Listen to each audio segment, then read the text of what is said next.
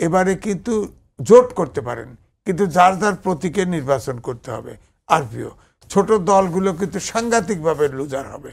এবং বিএনপি যেমন ধরেন ঢাকা শহরে আমি লক্ষ্য করতেছি যে অনেকগুলো ছোট দলকে ইতিমধ্যে নমিনেশন দিছে, আরও দেওয়ার সম্ভাবনা আছে।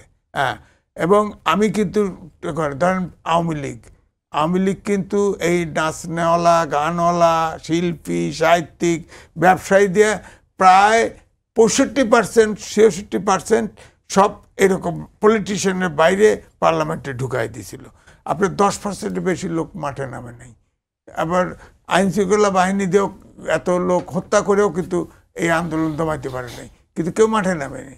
ঠিক আমি বলবো যে বিএনপি সেই ভুলই করতেছে, ছোট ছোট পার্টি দিচ্ছে, এগুলো কিন্তু হেরে যাওয়ার সম্ভাবনা অনেক বেশি, হেরে যাবে।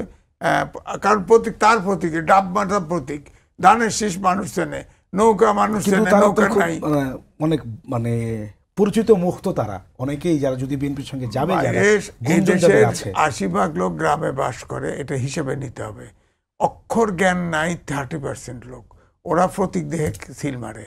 এরকম লোক বহু আছে, অন্তত 20% লোক প্রতীক দেখে আন্দার মতো প্রতীক দেখে সিল মারে, কয়ে দেয় যে অমুকটায় মারিয়ে দাও, ডাব মার্কায় মারিয়ে দাও, অমুক মার্কায় মারিয়ে দাও।